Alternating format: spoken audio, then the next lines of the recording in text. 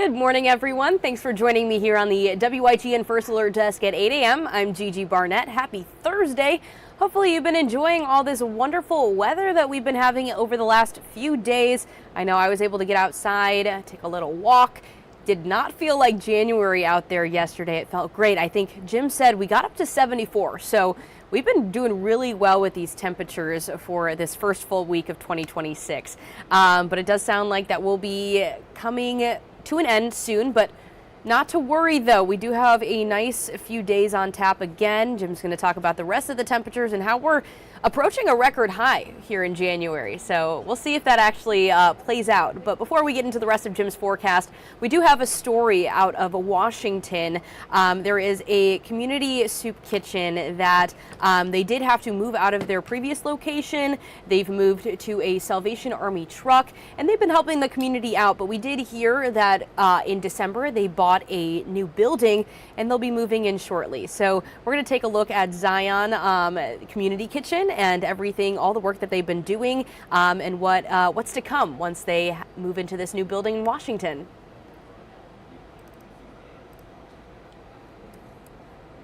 "19 years old and homeless, Louis Baptiste received help from the Zion Shelter and Soup Kitchen, help that has changed his life for the better.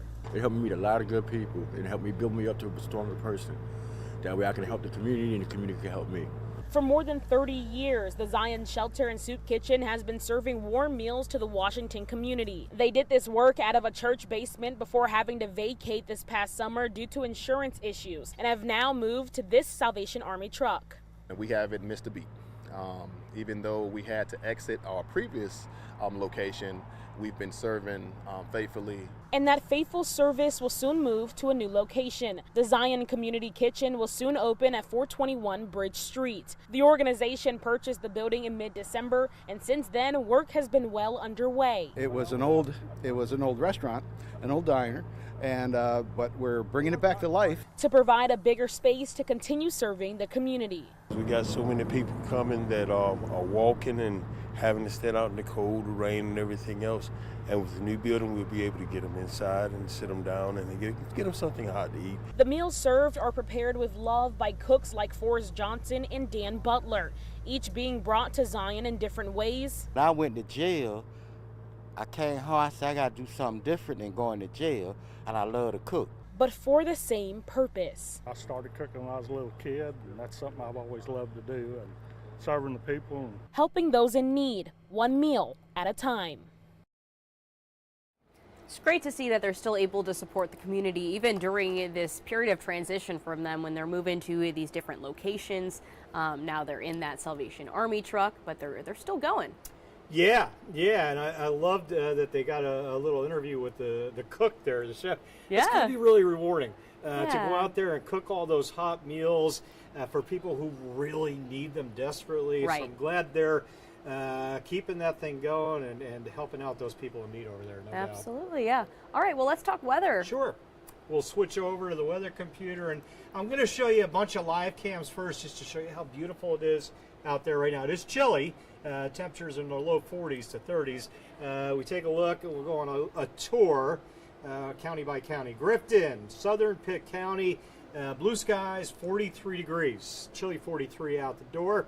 There's New Bern showing 43 as well. And again, blue skies. I think we'll have some clouds filtering in as we get to lunchtime into the afternoon, but no rain-producing clouds. All right, just some broken mid-level clouds later today. It's another good-looking day. Washington at 46, looking good. Looking down the Pamlico River along the Stewart Parkway.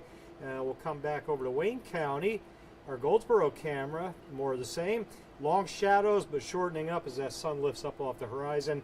Into Greenville, we go outside the studio. Still a few 30s showing up. That 36 is coming up quickly, though. Last stop, another great waterfront shot. Belhaven, 46. That's sunrise at 7:18. We had it this morning. As we get into later in the month, we'll start easing that back. Try to get back pre-7 a.m. as we head into February. All right, outside this afternoon, we'll hit the mid-60s. I mentioned a few clouds. Right now, those are those broken high clouds I just showed you in those camera shots. No big deal. A little more in the way of clouds later. You can see that on the model data. There's lunchtime, 60. Yesterday we hit 74. Shaved 10 off that today. I think mid-60s this afternoon. Still 10 degrees above normal. You look at there, man, we're socked in with clouds. These are more broken mid-level clouds, and not deep, low, heavy, ominous clouds. All right, so that map can be deceiving sometimes. Overnight, in and out of clouds at times. Similar mid-level stuff, no rain producers. Tomorrow morning, air temp, not far from 50. South wind tomorrow. Today northeast, tomorrow south wind. If you watch me long enough, you know about wind direction and how that correlates to temps. Southerly winds, warmer temps. Here they come. Tomorrow midday, we're at 70. Throw a few more degrees on that, I think, 74-ish tomorrow afternoon. And again, a fair amount of sunshine with some clouds from time to time as we go through the day. You start to see some rain showing up back to the west tomorrow. That'll stay back there generally, central and western NC. Tomorrow night, Saturday night, that rain begins to work our way. But Saturday afternoon, you can see sunrise Saturday right there, mid-50s, some clouds, yes, mix of sun and clouds again. We should have no problem with increasing southerly winds on Saturday, jumping those highs well into the mid-70s. I think we may see an 80. If we see an 80, it would be Saturday, not Friday, well inland. Either way, whether it's 76 or 79, it's going to feel pretty darn good on Saturday. A little breezy to windy at times, but absolutely gorgeous, very atypical numbers for early January.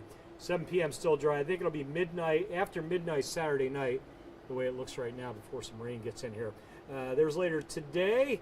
Again, enjoy your afternoon with the mid-60s. Sunny to PC, partly cloudy later this afternoon, and then chilly to mild. AM to PM. Quick check of the beaches, 57 to 64 this afternoon. I'm a big fan of walking the beaches in the wintertime. It's nice and quiet when the winds are light.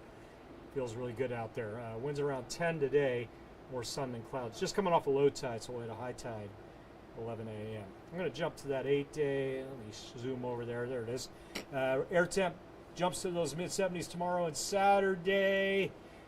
Maybe a stray upper 70 or an 80 there again on Saturday.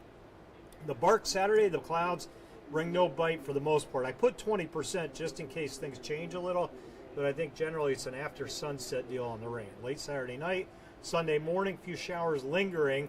They'll kick out pretty quick from sunrise to noon, so we'll salvage the afternoon.